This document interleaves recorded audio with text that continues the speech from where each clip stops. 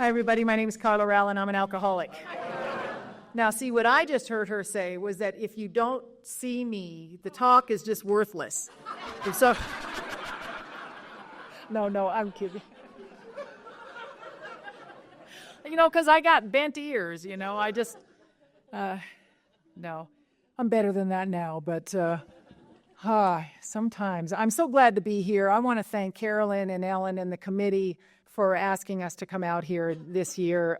We've just been looking forward to this. We hear about it from everybody, everywhere. We hear about this conference, and we took the zip line today, and at the bottom of it, one of the photographers is the son of one of our friends who came here for years. He brought his family here for summer vacation. Now he lives here, and it's just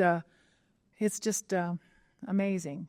So thank you. Thanks very much for having us. And we've had a host of hosts and food. I mean, we might not have to eat for about a month, and we'd still be okay.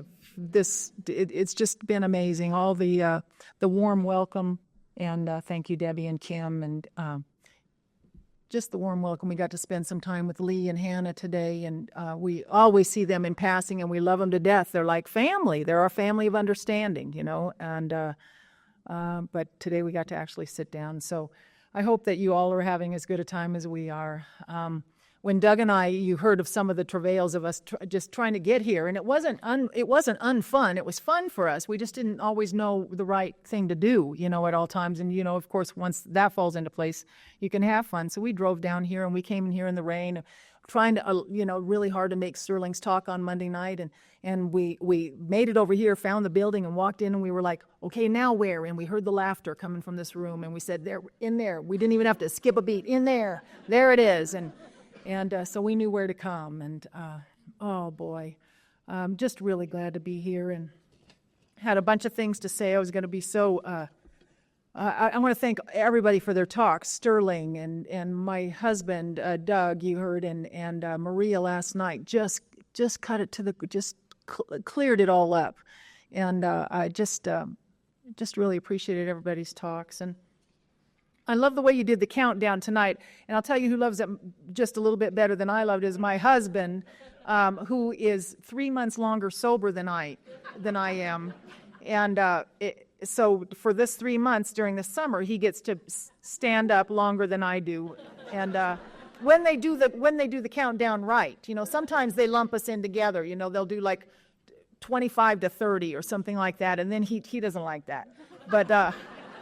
Once in a while we get it right, you get it right, and he'll be in the 26 to 30 category, and he'll turn and he'll go like that to me as I have to sit down.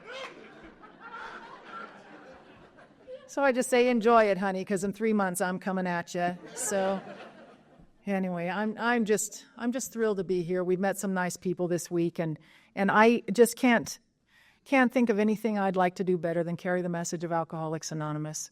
There are a lot of ways to get sober, and for every time that we say only AA, somebody else will have something else to say, and that's okay. I found it here. My sobriety date, September 25th, 1987, and before that I never did anything for 25 years in a row on purpose that was of any value. I had to come here to get a life, you know what I mean? And I stand on the foundation of Alcoholics Anonymous. And that's for me, and I'm not going anywhere. And so to have the privilege of being able to carry the message and what Alcoholics Anonymous has done for me is just something I love to do. And I hope that you hear it. I hope that if you're new, that you hear something in here that'll help you to stay one more day, just one more day, midnight to midnight.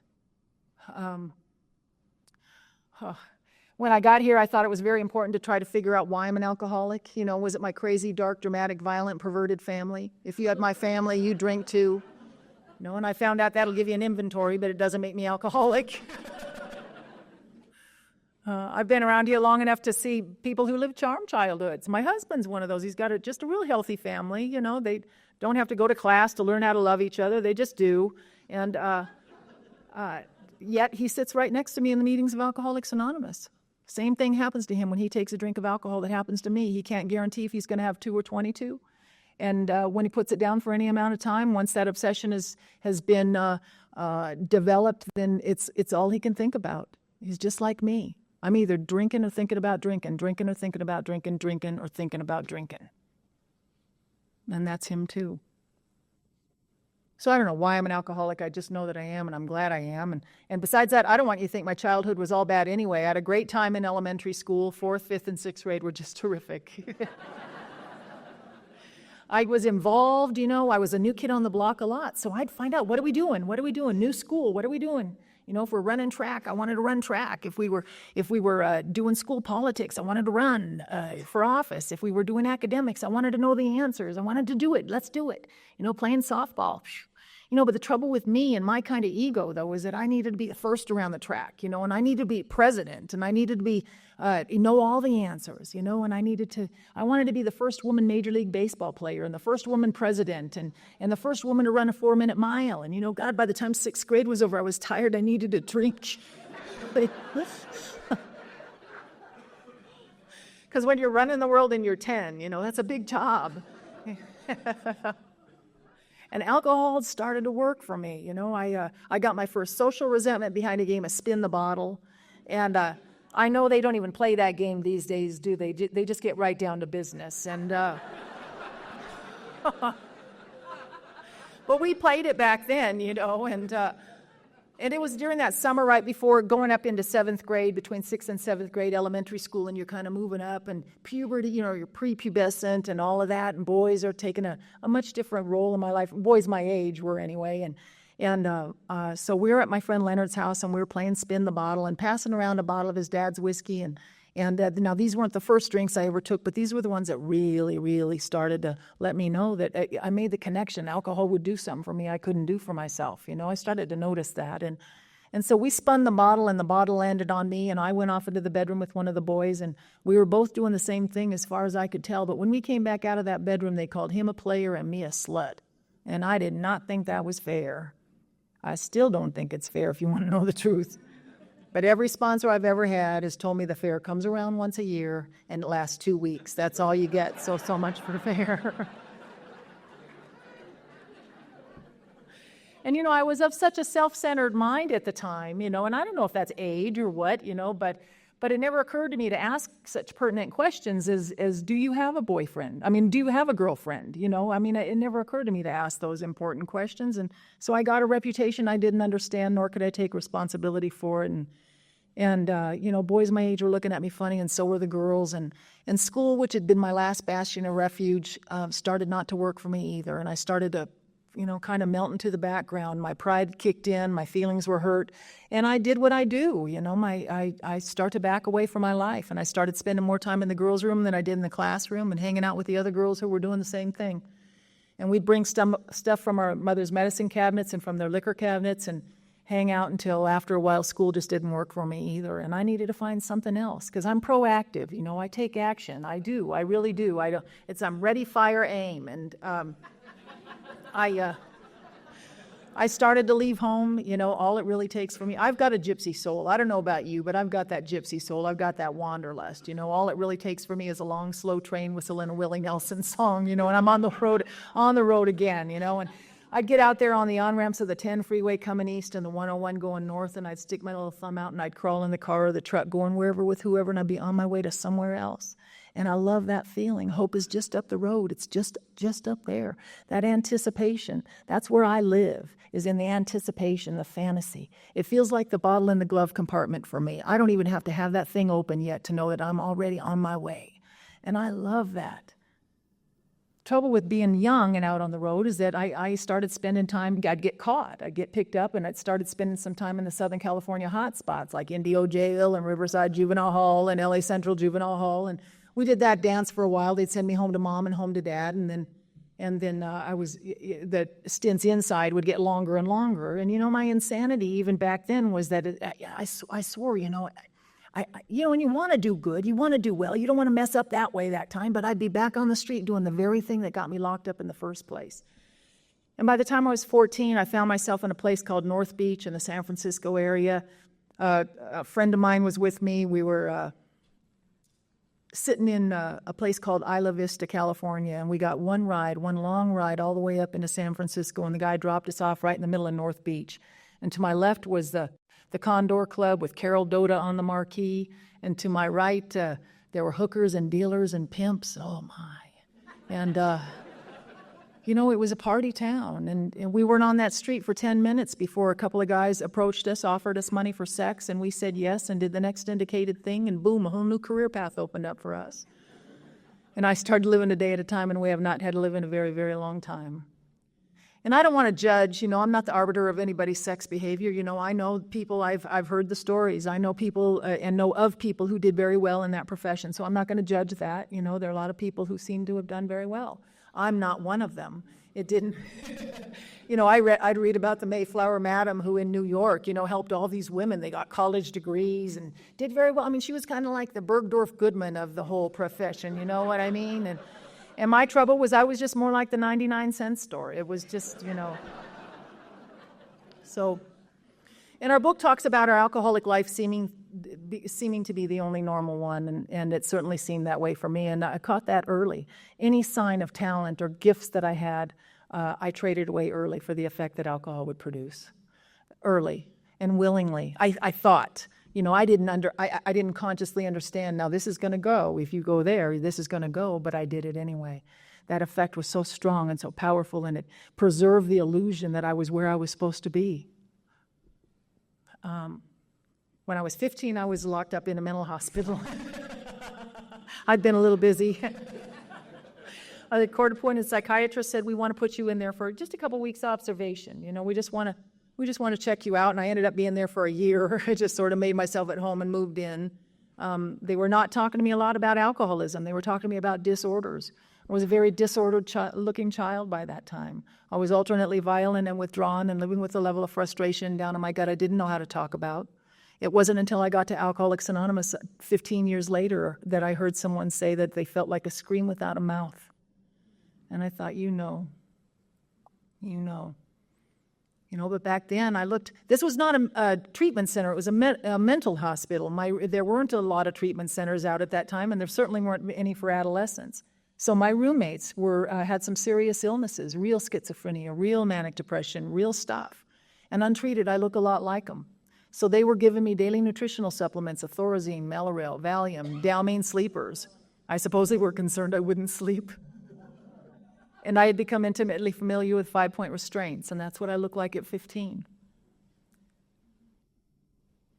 I'm so fortunate to, it took me a long time. I had to wear, like Chuck C. used to say, I had to burn all the excuses, but by the time I was 29 years old and I came into Alcoholics Anonymous tired enough and out of ideas enough to pick up the tools you handed me, I started to apply them to my life, and to this day, 25 plus years later, when I apply the principles of Alcoholics Anonymous to my life, I get better. I do okay. And that's how I know I'm alcoholic. It's experiential, though. I had to try it, but I had to be tired enough to try it. Father Tom Weston always says, got to be pretty sick and tired to find us interesting. But when you do, when you do. So I'm in this hospital, and if you don't want to go crazy in the nut house, you got to get busy. And one of my favorite ways to be busy, I've already told you, was boys. I loved all the boys, but my favorites were those sexy, smoldering types. You know the kind. They just sit back there and simmer. And you just never really knew when they were going to blow, did you? You know who I'm talking about. I know we got some guys like that in here tonight because I can see the smoke curling up from the corners. But the trouble with guys like that in the nut house is that they're usually hiding from a junior prison sentence. They don't want to go to YA. They don't want to go to California Youth Authority. They've done something, and now if they lay low in the nut house long enough, they'll be okay. But they can't. They can't. Can they? They're, trying to lay low and not blow, and they can't. And like my first boyfriend, he blew when he threw a chair through the big plate glass window of the boys' unit. And then my next boyfriend, he blew when he threw a nurse through the big plate glass window of the boys' unit. So that was progressive, too. And I don't know about you, but I've always thought I should have a soundtrack to my life. Music playing in the background of all this drama going on, right? Don't you have your favorite songs that just go to the same old? We used to play those sentimental jailhouse songs like, when will I see you again? And press our little faces up against the window and long for what we couldn't have across the way in the boys' unit. And again, there's that anticipation. Isn't that where it is? Right there in the longing. It's in the longing. It's never in the getting. You get it, you got to get another one. It's not good enough, right? You got to get another one. But it's in that, as soon as I. Right there. Anyway, one afternoon I was sitting outside on the smoke break bench watching my boyfriend Terry being cuffed and escorted off by security. He's the one who threw the chair through the window, and he's gone, he's going. I'm never going to see him again. And that was a good 3 or 4 week long relationship, and so I was smoking my tragic cigarettes and channeling Greta Garbo, and it was almost more than I could take, and he's gone, he's going. I can see the last of him going around the corner, and just inside the girls' unit, I could hear Diana Ross singing at top decibel, "Touch me in the morning," then just walk away.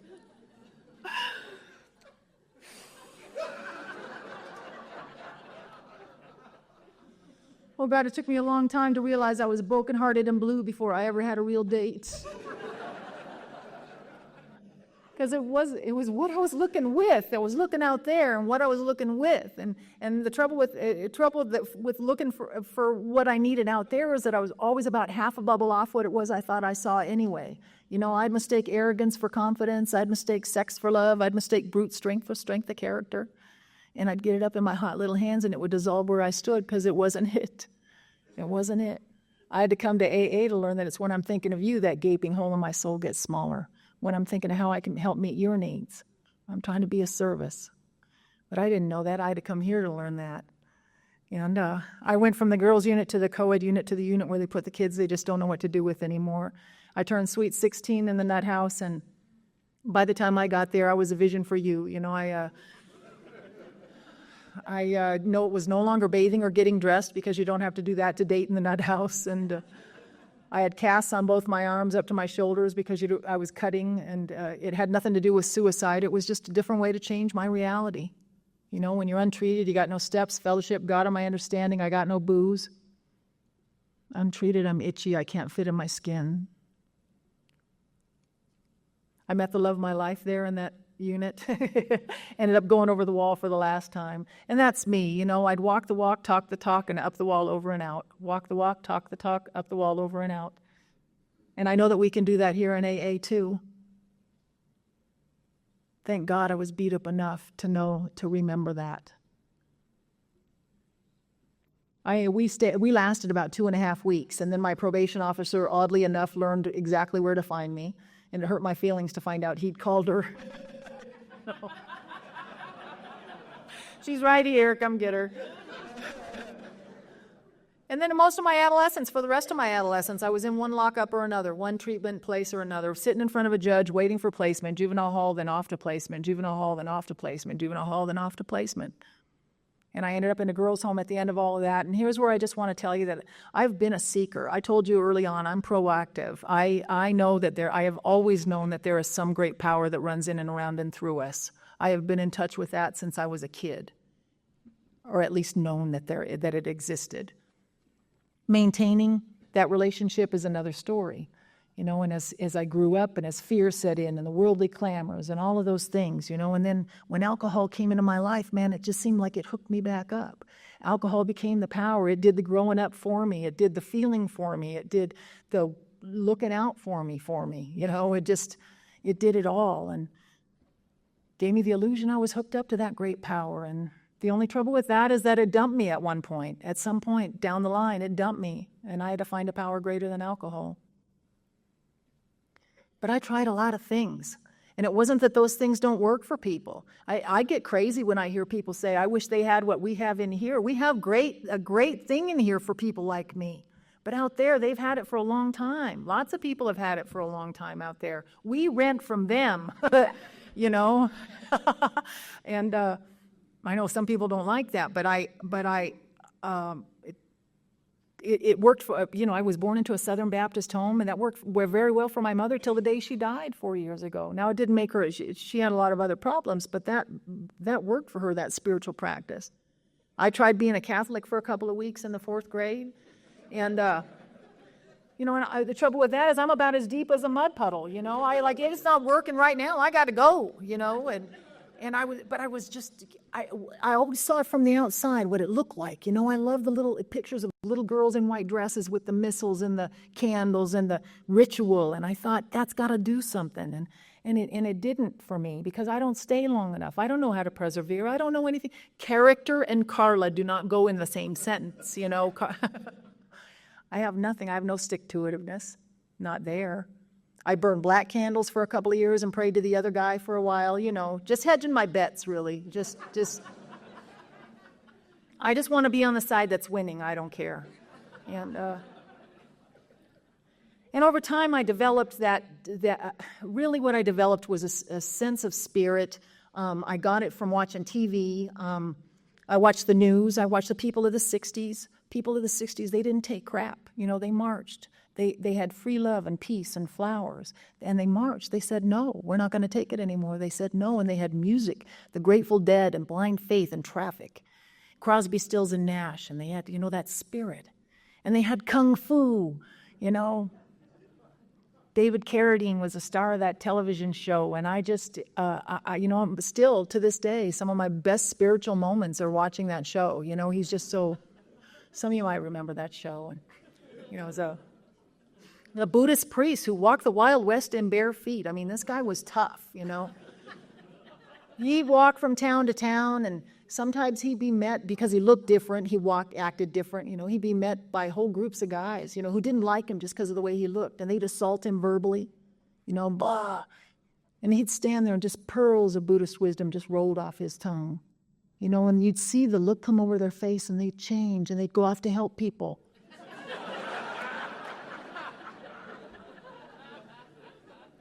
Now, I thought, that's power. That's real power. And then he'd walk to another town just in his, you know, with his little bag of herb. I don't know what was in that bag, but and he'd get to another town, and he'd meet another group of people would greet him at the, you know, and this time they'd assault him physically. And when they did that, he'd kick their butts. I wanted what he had. You know what I mean? I thought he was the epitome of strength and serenity. So I've got these ideas swirling around him. I am studying. I'm reading everything I can on channeling and peace and meditation and you know, taking a lot of things, trying to be introduced into that spirit world. And all the while I can't let go of a drink. All the while I can't let go of the drink. But I'm in this girls' home at the end of all this. My roommate's on the same page. You know, I said all that to tell you that she and I, we got the same thing going on. And man, our friends said all those people moved to Oregon. There are people, and they're in Oregon. We went out the second-story window of that girls' home, down the tree, and into Randy's truck, and off to Oregon, where God might be. And we moved up into the Eugene, Springfield area, where it's a college town, and everybody's kind of groovy and cool, and they're throwbacks from the 60s anyway, you know, and I thought, here we are. Here we are. My life's going to change from the outside in. We rented a little house, and they let me come with them, and we planted a garden in the front yard. And that's where I learned that in Oregon, when they talk about hoeing, they meant with a tool. You know, it's a whole different thing. But two things happened that I certainly couldn't see while it was happening. I could only see it looking back. And one was when we couldn't always drink the way I needed to drink. I didn't know that. I didn't know it that much about alcoholism. And when I got here, but certainly not back then. And when we couldn't drink the way I needed to drink, and I've got no booze, and I've got no steps or fellowship or God of my understanding, nothing that buffers me from you. I'm restless, irritable, and discontent. You know, the obsession has already set in, and I don't know it. And I can't guarantee when I do drink whether I'm going to have 2 or 22 already, still and again at 17.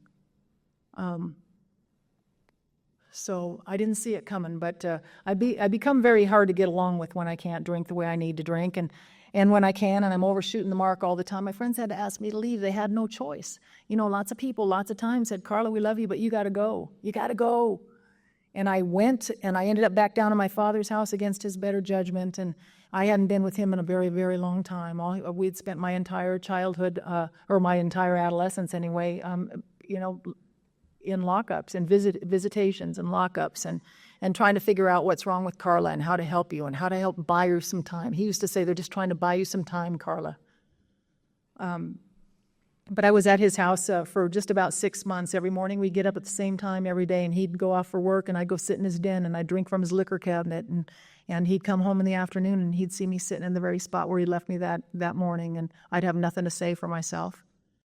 I didn't know how to tell him I was afraid. I didn't know that's what I was. I didn't know how to tell him I didn't know where the last few years of my life had gone. I sat on his couch and I drank his booze until right before my 18th birthday he came to me and he said what I know were the hardest words he ever had to say to his oldest daughter.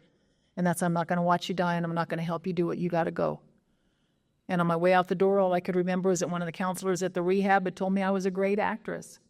And I know today I must have misunderstood that, but I ended up on Hollywood Boulevard. And there's not a lot of auditioning going on out there, I can promise you that. I was 18 years old, starting my days off with a pint of Popov vodka, and I would go wherever the day took me. And some days it was a party, and some days it was just surviving. And there was not a lot of hope about it getting any different. And to this day, I love driving through Hollywood. I love driving down Sunset Boulevard past that same bus stop near Poinsettia Avenue. I see a whole new generation of the same girl sitting out there with very little hope about it getting any different. And I get to say a prayer of hope for her and a prayer of gratitude for myself. Maybe someday she'll get to find what I found here in Alcoholics Anonymous if alcoholism is her problem. A few months into that, I met a man walking down Hollywood Boulevard and I saw the light in his eyes and I didn't realize it was orange sunshine, but we hit it off and I moved in with him that night and I didn't even know his last name. And 6 weeks later, he's asking me to leave and I still don't know his last name. But I like to bring him up because years later, he was on my 8-step list. He was someone who came to mind doing that 4-step. You know, some of those people, you hardly ever have to get the writing done. You know, you're almost just barely done, and you go, oh, yeah, ready, willing, and able. You know, and I went everywhere I knew to look to make those amends to him. And I couldn't find him. I spent the last part of my first year of sobriety looking for him, and of course I couldn't find him. And my sponsor finally said, you know, you're going to have to leave that alone. You got to let that go for a while. If you're supposed to find that guy, you'll find him, but in God's time, not yours. You know, right now you're chasing your tail now. It's just becoming, you know, you're just not working. So, you know, but in the meantime, there are some things you can do to begin to change in that area. Like try being a friend to a man in a vertical fashion. Why don't you start there? Simple. You know, and I love it because all these years later, I have friends of both genders. I know how to be a friend. I know how to have a friend. And there is not a room in the world I can't walk into and look somebody in the eye, everybody in the eye. And I don't get those looks of contempt and pity and disdain from men or women. And I love that. Right up there with that feeling of being useful is that feeling of self-respect. And you can't take that from me. I can give it away. Maria talked last night about us selling ourselves out. And I can certainly do that in sobriety as well as I did before. But you taught me how to be different. Right before my 13th AA birthday, I had to go give a talk on the other side of town. It was a hot Sunday afternoon, and I didn't feel like going. And thank God you guys have taught me it's not how I feel, it's what I do that matters. And I went out and I gave that talk. You know, I used to think I could just blow off a dinner for two and not be missed, really. You know, showing up was not my strong suit. What does it matter? But don't you dare not invite me. You know what I mean? I don't want to go. I just want to be invited. So I went out and I gave that talk, and of course I felt better. Of course I did. And when the talk was over, the thank you line came through, and this man stopped and he said, "Where were you in 1976?" And it was a guy from Hollywood Boulevard standing in front of me with 8.5 years of sobriety, and I with almost 13. Now, it's just my belief that only a very well-organized, loving God could have made that happen when all my efforts to get that done just didn't make it happen. Couldn't get it done on my own accord in my own time.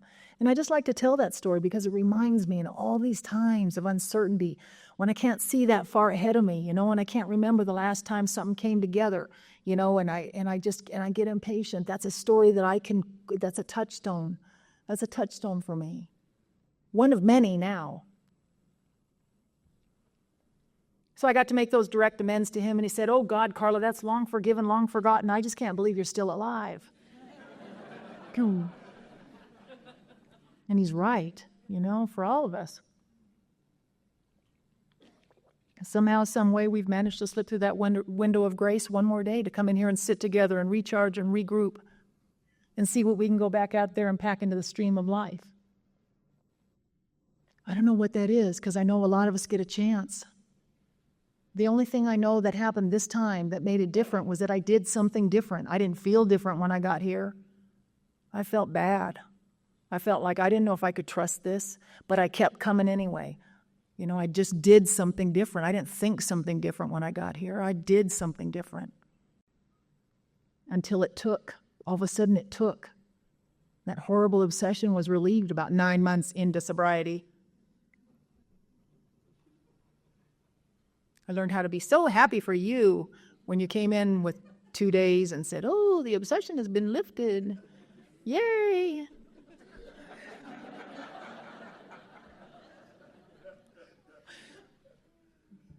But it works if it doesn't. You can do it if it doesn't. Hurts, but you can do it. Anyway, that took a while. I left Hollywood after that year, and I hooked up with another guy from another rehab because that's where they keep the boyfriends. And again, when our book talks about having moral and philosophical convictions galore, I want to be this. There's a certain ideal of who I want to be. I want to be peace and love and all of those things. I want to be that. And I can't. He and I can't stop knocking the hell out of each other really long enough to implement the principles fully of peace and love. That's how we dealt with things. We want to be this and we have to be that. I can't get there from here. So we beat each other up and down the California coast and pitched a tent in the mountains in southern Oregon, and we lived there till the rains came, and then we moved into a roofless cabin just north of Grants Pass, and about 5 miles in off the highway, 5 miles up a mountain, and found an old burnout log cabin that somebody had used 75 years earlier, and we threw a plastic tarp over the top, called it a skylight, and then the baby came. And we had this little girl, and I thought having this little girl, full flight from reality, okay? Because I think we're living off the land, and that I'm meditating, and we're drinking moonshine and homemade wine because it's organic. It kind of makes itself if you do it right.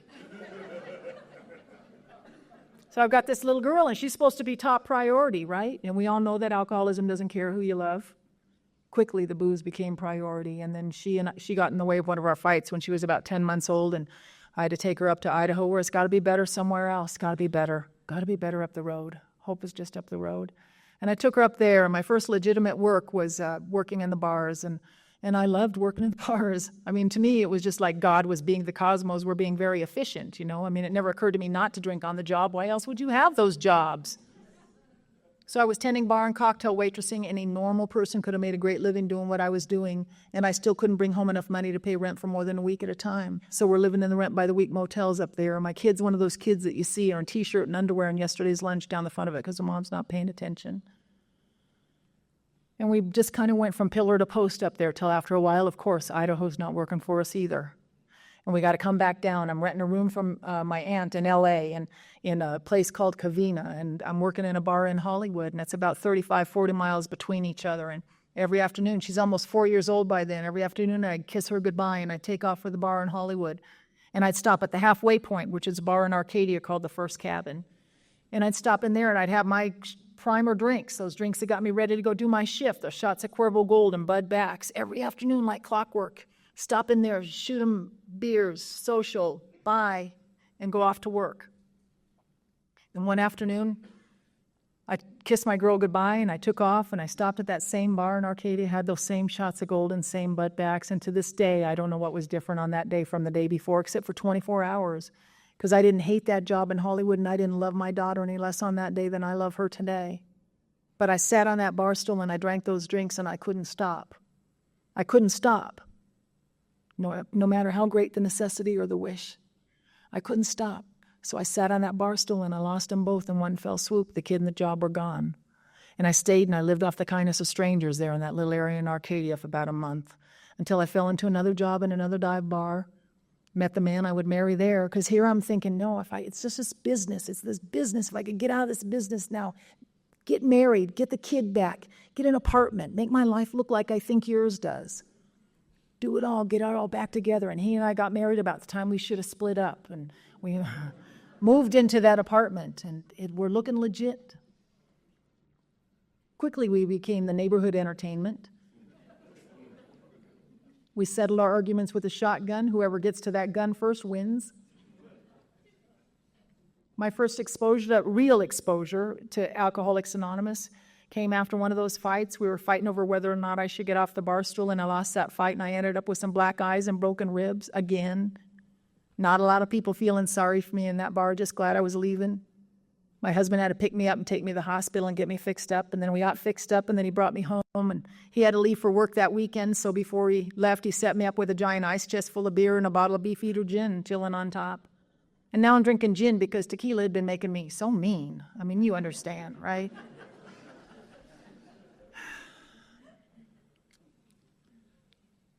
So he's gone, and I'm dialing the phone. I don't know if we have any other drunk dialers in the room, but I don't know all of who I called.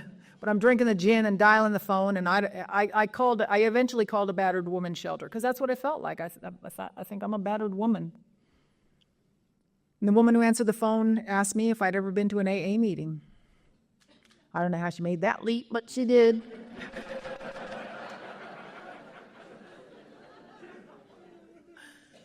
What I heard her say was that if I went to an AA meeting, she'd fix my life. It'd be all done. Okay. So I found a wonderful AA meeting. It was a perfectly wonderful meeting, not far from where I lived. It was there then, it's there now. And the only thing I went there without was readiness. And you can't give that to me. You can't make me ready. Our friend Bill Cleveland says that when somebody's ready, there's nothing you can say wrong, and when somebody's not, there's nothing you can say right. And I went there, and I heard a woman talk for about 45 minutes that night. I sat there and I listened in all my self-pity and listened, thinking I was looking for an answer and all of that. And all I heard her say during that whole 45 minutes was that somewhere during her drinking career, she switched to beer, so I did. I thought AA says switch to beer. The representative from Alcoholics Anonymous.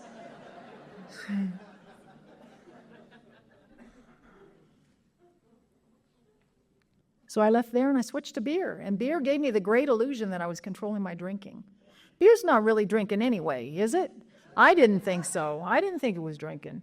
You know, I mean, it's got all those hops and barley and wheat. It's like a breakfast food, you know. I mean, it's not really like a whole grain breakfast food. But I lived on that illusion for another couple of years. You know, it was more soothing to my body. It allowed me to get a little further into my day before it was all gone. Allowed me to put things together a little bit to get my daughter back a few years later. Took a few years. Got a little job answering phones for the city. This is my last year drinking. We had moved into a little apartment across town, me and my husband and the kid. Little tiny place, but it felt like a palace. And we're drinking. We have one more of those fights. One more time, where the cops are in the driveway. One more time. Neighbors are peeking out the window wondering what's going on at Charlie and Carla's house. One more time. The kid's standing now over in the corner in her mismatched clothes and her unkempt hair, and she got that look of fear in her eyes one more time. And I can't try to tell her it's going to be any different. And I see my life falling down around me, and I can't stop. I'm sitting on the couch with my 12-pack, and I can't stop. My husband left, the cops left, they took the gun, everybody's gone, it's me and the kid and the booze. I was in a much better financial position by that time than I'd been in a very, very long time anyway. I was living indoors. I had that little job. Even though that last torturous year, you know, I had this little job. It was answering phones for the city. Great job, great benefits, all those things that everybody shoots for, right? And we want to do well, you know. It wasn't like I wanted to be a loser for all my life. Once in a while, you know, you want to do well, get it together. Sometimes I try to get to work without taking those morning drinks, you know, just so it didn't smell, just so I could just say, I made it clean today, to stop the shake. So I try not to drink and to stop the shaking. I'm shaking, I'm getting there. And when I'm not drinking, it's all I can think about. I'm either drinking or thinking about drinking. That whole last year, I'm drinking or thinking about drinking, drinking or thinking about drinking.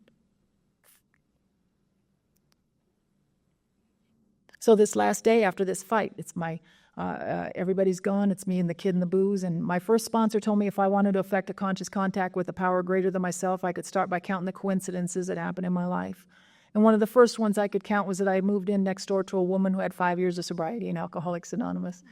And she had seen and heard that whole thing go down that afternoon, that Saturday afternoon. And she came over a couple days later and she knocked on my door and she brought me a big book and a 12 and 12 and she sat on my couch and she told me her story. She was a woman properly armed with the facts about herself, and she sat down and she talked about her, and in her story I heard me. I heard that she used to drink like me. And I'd seen with my own eyes over the last year that she wasn't drinking anymore. And what impressed me more about that was it didn't seem to bother her that she wasn't drinking. That got my attention. Because when I'm sober, when I'm not drinking, and I've got no steps or fellowship or God of my understanding, I feel like you've stripped the coating off my wires. I feel oversensitive and underloved. I don't know what you meant by that or why you looked at me that way. And my life closes in on me from there. My head closes in on me from there, so much so that even though I'm going to look at that first drink, and even though I know what's going to happen, even though I know, I don't even have to know all of what alcoholism is, but even I know that I can't guarantee if I'm going to have 2 or 22. I know that I don't have to invite trouble anymore. It comes unsolicited. I know that window of relief is getting smaller and smaller and smaller. And knowing all of that, when I'm in that self-centered, panicked, diseased mind, there's going to be nothing that stands between me and that first drink. And once I've taken the first one, I'm off. So I don't know how her 12 little thinly veiled Sunday school steps are going to have any real effect on me in the face of what I'd become. It seemed like I'd heard it all before.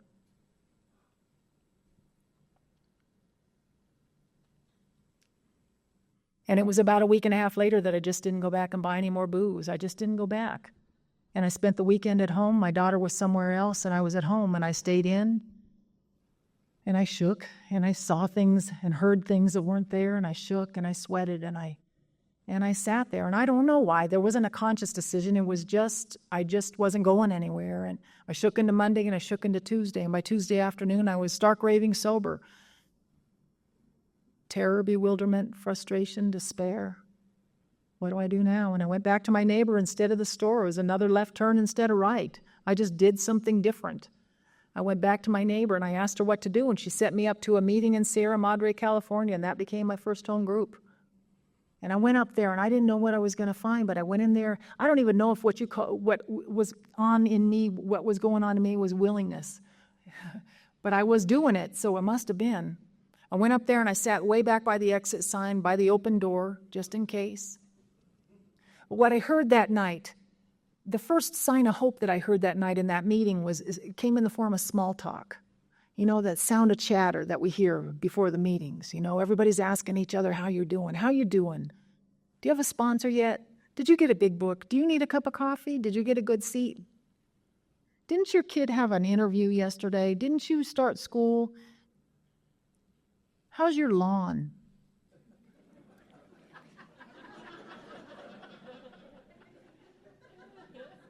Could my life ever be so elegant and simple as to be concerned about a lawn?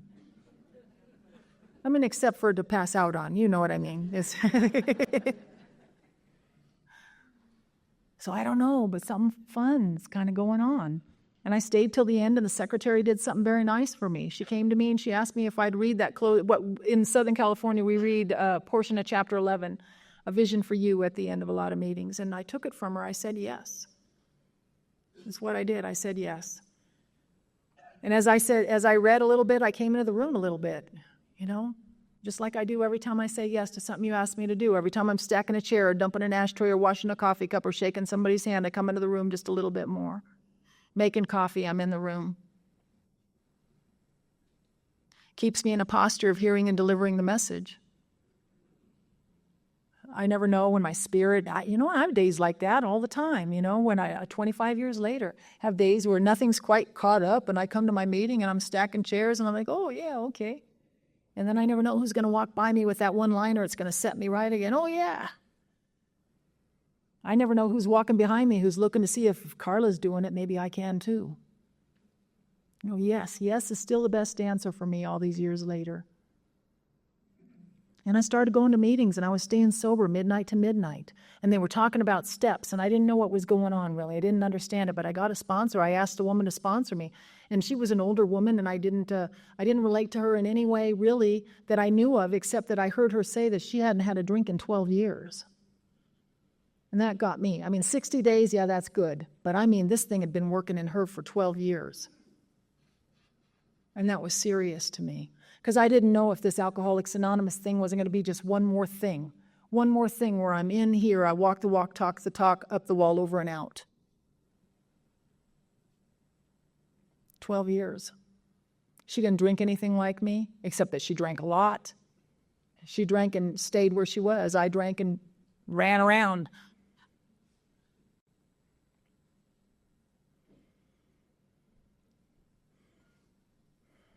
I started taking the steps of my sponsor, and I made that first round of amends to my family at about 9 months, and it was right about that time that horrible obsession to drink was lifted.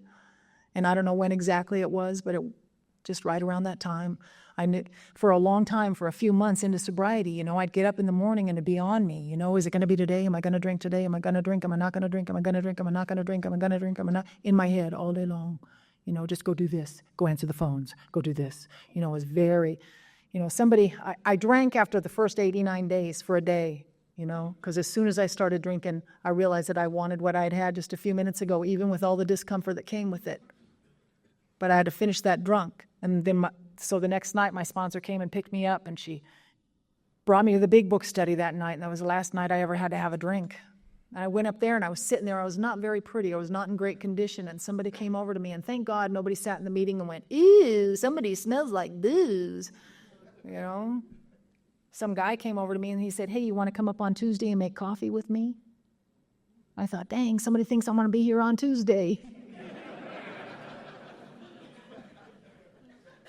So then the real deal started, the real deal started, and I took the steps, and I had that coffee maker commitment, and that guy quit showing up, and I ended up with the coffee maker commitment myself, and I got out of work at 5 o'clock, and at 5:05 I was in the meeting, because I was in the store buying stir sticks and coffee creamer and birthday cards and all that stuff, and I was thinking about you. I was thinking about what needs to be done. I was out of me for a few minutes.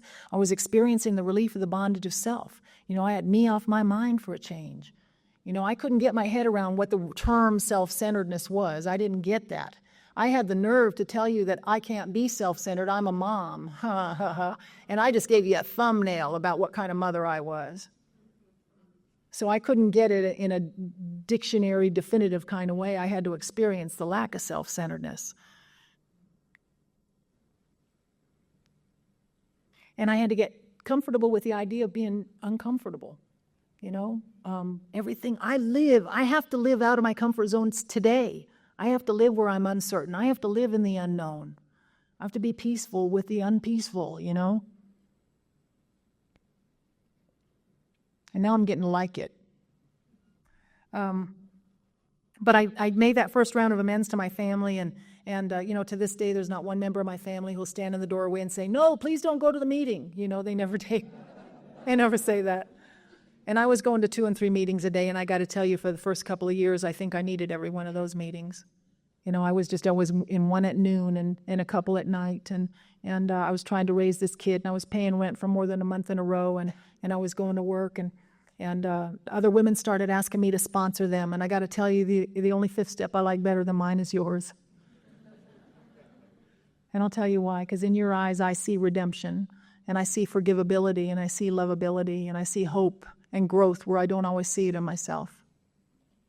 And when the light comes on in your eyes, it burns brighter in me. And I'm one of those big believers that you got to give it away to get it. And I hope that you stay long enough to experience that, because there is no way you can get it off listening to somebody else doing that. You can get hope from there, but I know I had to experience it. After a couple of years, I'd had you guys. My daughter didn't have anybody. And she was 12 years old now, coming home at all hours of the night, beat up and bloody. She'd been jumped into a gang and starting to find her sense of family and camaraderie out in the street where I used to. And it was time to get worried. I was busy being wonderful in Alcoholics Anonymous, 2 and 3 meetings a day. And on page 19, right up front, it doesn't wait till the end to tell us that a more important demonstration of our principles happens in our homes, occupations, and affairs. And if I'm only doing it in these rooms, I'm only half doing it. So it was time for me to stop going to 2 and 3 meetings a day, go to a meeting, go to work, go home and be a mom to that kid. But she needed a little bit bigger help by that time. And so I had to put her in a treatment center for a while, and thank God there was a place for her. And it was for me to show up. It was for me to offer her that relationship if she wanted it. And we went through a lot of bumps, and we went through a lot. I had become the very parent I said I'd never be, and maybe worse.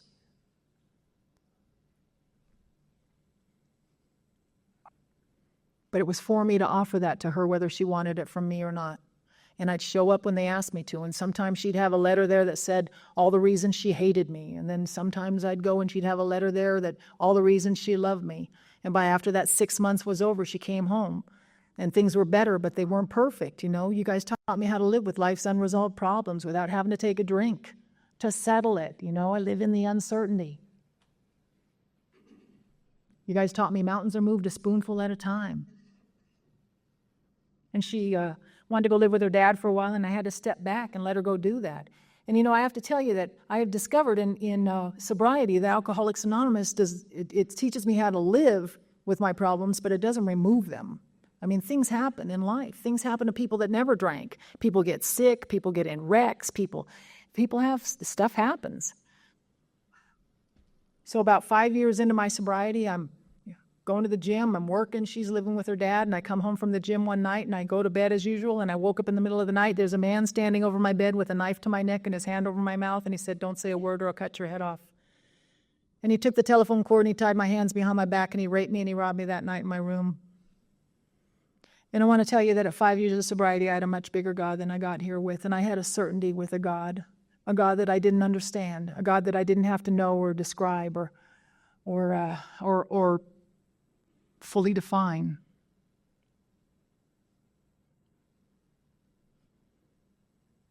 There's a man on my back in the middle of the night, in the middle of my bed, and I'm saying a prayer. If my daughter asks to hear some bad news about her mom, please have someone be there with her. And it wasn't until later I realized that, it was only Alcoholics Anonymous that could fit me to be of the presence of mind to say a prayer like that at a time like that.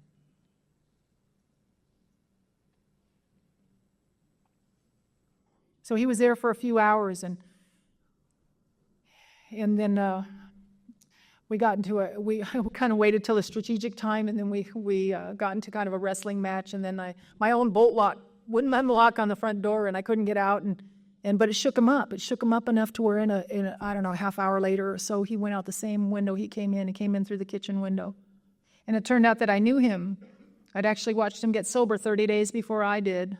I watched him get sober. I watched him get his life, his wife, his kids, and everything back, and then I watched him join the church and leave AA behind, and when he went out like that. What I chose to learn from that is that while the big book tells us to be quick to see where religious people are right, this is where I learned the terms and conditions of my alcoholism. This is where I learned that I'm not one of those people who can go home after a Sunday sermon and have a glass of wine. I remember that here, and then I can go anywhere I want to and worship. In addition to, but not instead of, Alcoholics Anonymous, not for me.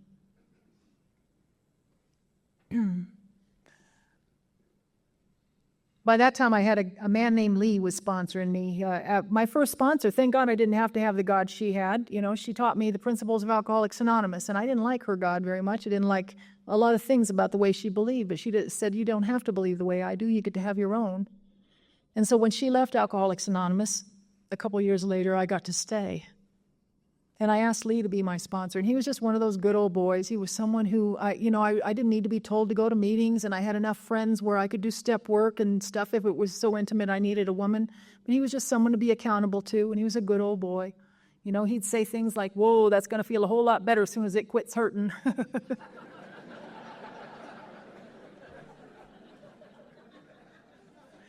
And I love him today. He's still sober today. I watched him bury his son a couple years ago. And then I watched him go about the business of trying to help other alcoholics who were losing their kids. I love a sermon I can see. And then so he was my sponsor at the time, and this had happened, and it was clear to us I needed to ask a woman, and so I asked Marguerite. And I always say that Joanne and Lee gave me my sobriety, and Marguerite gave me my soul back. And the first thing she said was that you're going to have to forgive this guy. You're going to have to forgive this guy. And I know that. I know she's right. At 5 years of sobriety, I know that we're people who can't handle even seemingly justifiable resentments. But the guy had scared me. And man, at 5 years of sobriety, fear still meant for me to be angry. Anger was the best way for me to guard against fear. Anger made me feel purposeful and like you can't hurt me. And yet at 5 years of sobriety, anger is like a suit that doesn't fit anymore. I can't be angry, I can't not be angry, and it's time to change. And I don't want to let go. Ego says, if I die, you die. They're going to walk all over you. And yet I know I got to let go. So that 7-step prayer came in very handy. It was a daily mantra, all day, every day. Because I want to be that. Moral and philosophical convictions galore. I want to be that, and I am this. There was a trial that followed. They caught the guy a few weeks later, and as part of the defense, they had a lot of the guys I'd known years before get up and testify as to who I used to be, including my ex-husband, and that's the mark I'd left on him, was the fact that he was more inclined to testify on behalf of the rapist than he was for me. He's never been interested in any of my amends, and so I have to be okay with that now, and unless something changes in the future.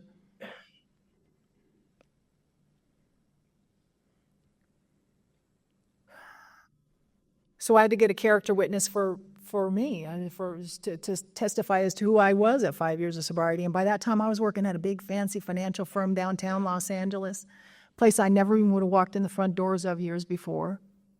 And people like Henry Kissinger walk the halls of this place. And I was walking undetected. Because I was just showing up, doing what they asked me to do. And the division head, the department head there, offered to come and testify on my behalf. And they told him all about who I used to be. And he said, yeah, but she shows up early and she stays late. And she was where she said she was. And see, that's Alcoholics Anonymous speaking for itself. He didn't have to be coached. He just got up and told the truth as he'd experienced it through me. And then it was my turn to testify, and I'm still looking for this window of forgiveness. I know it just takes a little chink in the armor for that to start, but I don't know where it's going to come from. And so I get up, I'm sitting in the witness stand, and I look out at the defense table, and I see him sitting there. And that's a place where I could sit. I've sat before. I could sit again. If I were to take a drink, it occurred to me that I was just like him. There's a little recipe for forgiveness on page 67 in our book that says that though we didn't like their actions or the way their actions manifest. Now I'm going to misquote it. You got to look page 67 top. But he, like me, was perhaps spiritually sick. They, like ourselves. He, like me. Not me from a spiritual mountaintop. That's not where the forgiveness comes from. The forgiveness comes from the fact that I could be sitting in his very seat, that I am like him. Maybe not in the same exact way, but as a human being who could screw somebody's life up real good, cause damage, and be that proverbial tornado, yeah, that's me. And just like a crack of light into the doorway, I began to just enough hope, just enough willingness came in to start to relinquish that fear and to let it go. And it took about 18 months for all the nightmares and stuff attendant to that to finally dissipate, but they did. They did, and I don't walk around a victim. I know how valuable that inventory is. I know how valuable that is. I know how valuable it is not to walk around with the past coloring my present moment, because this is the moment. This is the moment for all of us, and this is the moment I had always been afraid of. Always been afraid of. I couldn't live in this one. I thought when I got sober I was going to OD on over-awareness.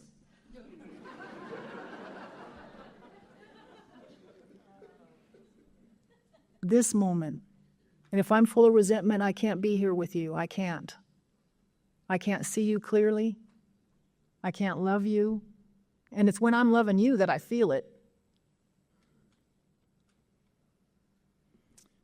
So that trial was over, and he was sentenced to 20 years, and he did 17. And the detective who worked the case came to me, and he said, I don't know who you were back then. I'm not even sure I want to know. But whatever it is you're doing now, you keep doing it because it seems to be working. And see, that's Alcoholics Anonymous speaking for itself.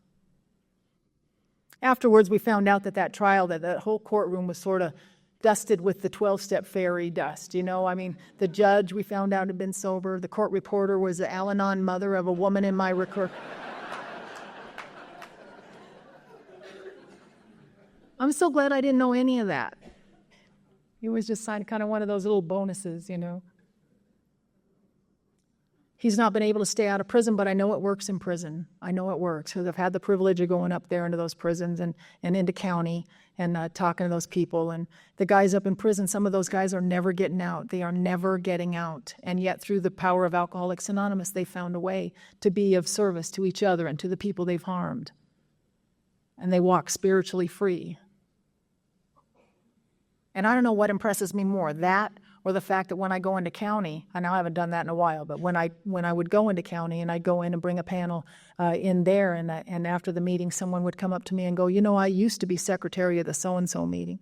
I used to sponsor. I used to. That's a powerful message to me.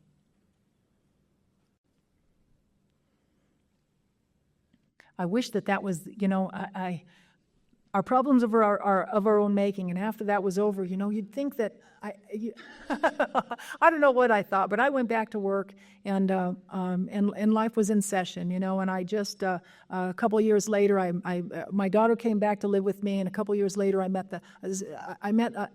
a man that I thought God was being very efficient with, a business partner and a boyfriend. I met him in a meeting, here's where I want to tell you that if you're going to be in a relationship, it's a good idea to be in the same relationship they're in. And we got together, and long story short, I went into business with him, and I ended up bankrupt at 10 years sober and very, very depressed. I thought, wait a minute. And I just want to tell you that I had to move home groups. I got a lady I asked Rita to be my sponsor because I knew she had paid back a whole lot of money she didn't think she needed to pay back either. And I paid back the money that I owed, and I had to start over in Alcoholics Anonymous without drinking. And life got better again, I had it bigger and better, and same stuff, same solutions, same steps, fellowship, God of my understanding, just reconnecting, starting over. I didn't have to drink and say, well, what the hell anyway. I just, got back up and took some more action, took some different action. My daughter came back to live with me, and she sat down in front of me with her boyfriend one afternoon, and I told them they were pregnant, and they nodded. And she was 16 years old, and it was my chance to be able to tell her, I'm going to be there for you no matter what. Whatever you decide, I'm there. So I was there holding her hand when we were counting off the contractions, and I was there. I was there when my first little grandson was born. And a little over 18 years ago, she spent her senior year in high school, homeschooled, most of it homeschooled, but she got to graduate cap and gown with everybody. And we have a picture of my little grandson being a month old, and my daughter in her cap and gown, and my father and me. And then just a couple months ago, my grandson, that same grandson, graduated cap and gown from high school. And so we've come full circle with that. And I've got to be a witness. I am a privileged witness to my life and to yours. Now I have 2 grandsons, and they've never seen their grandmother drunk, And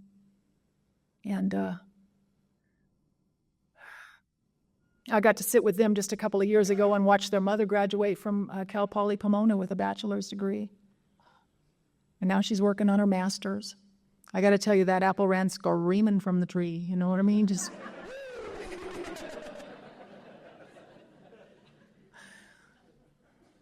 My dad doesn't have to sit up nights anymore watching the news to make sure his daughter's name isn't on the list of the victims of the serial killers of the day. He sleeps well, and he knows why.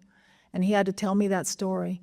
Up until I was about 12 years sober, he had to tell me that story about how he'd sit. He couldn't find any comfort, any way to go to sleep at night when he didn't know where I was, except to watch the news and hope that my name wasn't mentioned. And I'm so self-centered that it took took a long time for me to think, when the hell is he going to stop telling that story?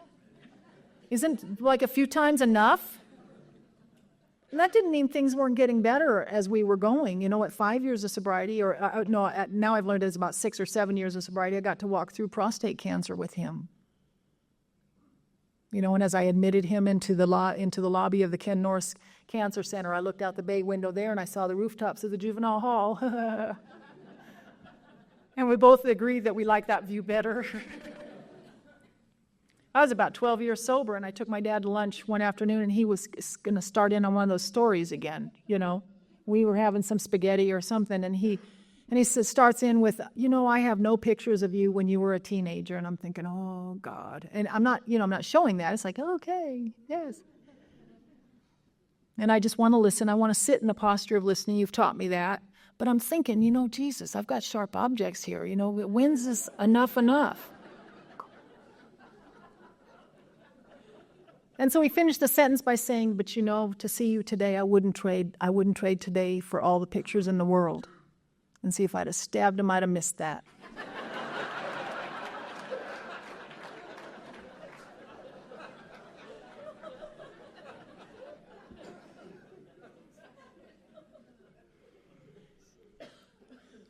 My dad danced at my wedding with me, and he said, all I want is more of this. He loves Doug. Our families meshed together. My mom was a little harder, even though I know I'd broken her heart, even though I knew I'd broken her heart over and over and over after I did that inventory, even though I knew my side of the street, it was still very hard. Personalities or mothers and daughters or whatever it was, I don't know, but I had to work harder with her. And about 2 years before I got sober, my baby sister committed suicide at the age of 17, and it took her all weekend to die. And while she lay on life support in a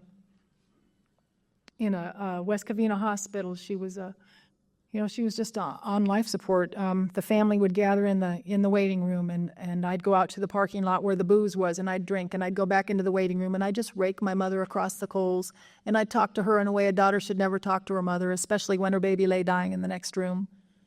And I don't know how you make amends for that, really, except that I started by calling her once a week and trying to find out how I might add to her life instead of take for a change.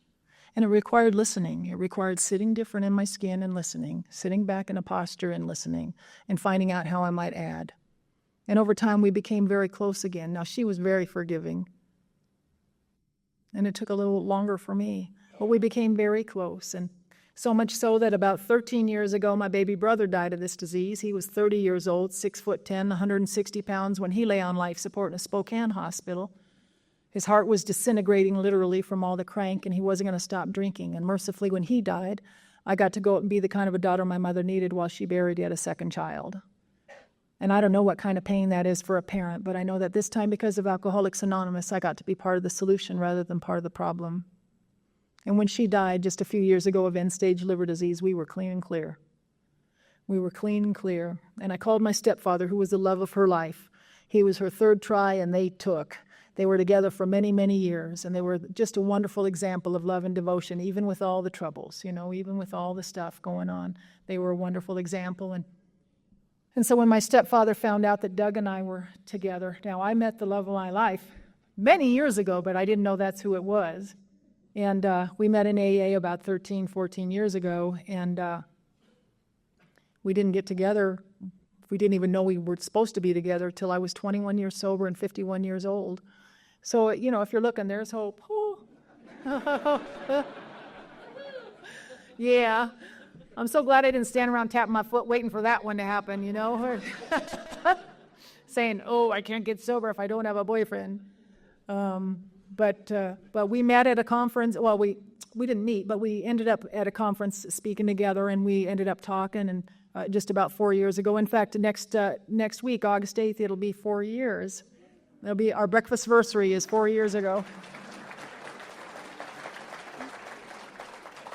We started talking, and as he told you the other night, that conversation hasn't stopped. But my stepfather found out after we had been together a year or so, and he said, I know you and Doug are headed toward matrimony, and what I'd like to do, and he said, I know your mom left you all her jewelry, and what I'd like to do is shine my ring up and give it to Doug so that the rings will be together again. And so the rings that we wear, the rings that we put on to each other at our wedding are the rings that my mom and my stepfather wore for years. And so I think that that's a pretty good sign that my mom and I were clean and clear. I'm a big prayer. I'm a big prayer and meditator. I have gone through different versions and different forms of that over my sobriety. And, I just keep doing the same stuff. I got a sponsor. I got to be sponsored. I've had a few sponsors in my sobriety. I'm not one of those people who's had just one, and every sponsor has walked me up to the next one. I've always had to do something physical, I believe. And Bill Wilson used to talk about this. We don't talk about this much. I love reading those additional writings he wrote in Language of the Heart and all of those where, he's growing up. He got sober and he's stayed sober 20 years, and he wrote about that and what it's like at 20 and what it's like at 25. And, but he talked about physical exercise, and that gives us that serotonin, to a degree. That gives us that stuff we're looking for. So I've tried that, I've done all kinds of that in my sobriety. Okay. I mean, he had to get way back there and whoa, you know, it was like, she is too far in that. I've had to, you know, I'd done the gym, and that's very repetitive and very calming and all that. And then I tried rollerblading, you know, and yeah, rollerblading is a very wonderful form of contemplative meditation, you know. Down the sidewalk, you see the curb, you don't argue with the curb exists. Lift your foot, you know. I tried surfing for a while, and my friend Lisa says that surfing is like being in a domestically violent relationship without having to have a partner. And so I'm trying everything. You know, I just try it. I'm one of those who believes I'd be more sorry if I didn't try something. So try it, and I still believe that. But 47 years sober. 47 years old and 17 years sober, and you know, I'm getting itchy against time to try something else, you know. And I don't know about you, but once in a while I get a little stiff and brittle. You get stiff and brittle taking yourself a little too seriously, right? You know, that perfectionism steps in. If I can't be perfect, my sponsees are going to be perfect. You know, and they're like, I don't want to call her, you call her. I don't want to go, I love her, and I don't want to call her. So I got to find something else, you know, to lighten up the, you know, shake off the brittle. And I fell into an Arthur Murray dance studio, and I don't know why it was. I believe that I know there's a God to this day because he still answers questions I don't ask out loud. And I don't even know that these questions need answering, you know, I just don't. And so I walk into this dance studio, and I take a free rumba lesson. And now you cannot be stiff and brittle and take a rumba lesson. You just can't. You got to get a wiggle on. You know what I mean? You do. And I'm about halfway through this rumba lesson, and the teacher stops. He slaps his forehead. He said, "Oh, Carla, do not try to dance like a good girl. I don't think they will believe you anyway."